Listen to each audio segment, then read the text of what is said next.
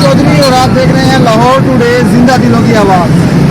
आज हम निकले हैं लाहौर में जो कैंप लगे हुए हैं डिफरेंट जगह पे, जो लोग तालाब अभियान के लिए सामान इकट्ठा कर रहे हैं, उनसे सवाल करते हैं कुछ और देखते हैं कि क्या सूरत हाल है। यहाँ पे एक कैंप लगा हुआ है और ये भाई यहाँ पे सामान इकट्ठा कर रहे हैं। साउंड जी वालेकुम अस्सलाम। कैसे बताएं कैसे इकट्ठा कर रहे हैं?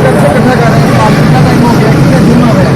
ये जब तालाब आए हैं तब से ये कैंप लग रहे हैं और इस 3 करोड़ से ज़्यादा आवाम मुतासर हो रही है लोग लेकर, और अल्हम्दुलिल्लाह यहाँ पर लोग दे रहे हैं, कई ट्रक जा रहे हैं।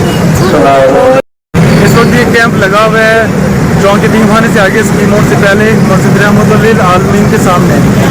आप यहाँ पर आकर डोनेशन दे सकते हैं, कपड़े, पैसे, दवाइयाँ, जो कुछ आप डोनेट करना चाहते हैं। और इंशाअल्लाह ताला हमारा जो अगला कैंप है वो हम मून मार्केट में लगाएंगे। जैसे वो मून मार्केट में लगाते हैं तो आपको उसके बारे में भी हम आपको आगाही प्राप्त करेंगे। जज़ाकल्लाह, अस्सलाम वालेकुम।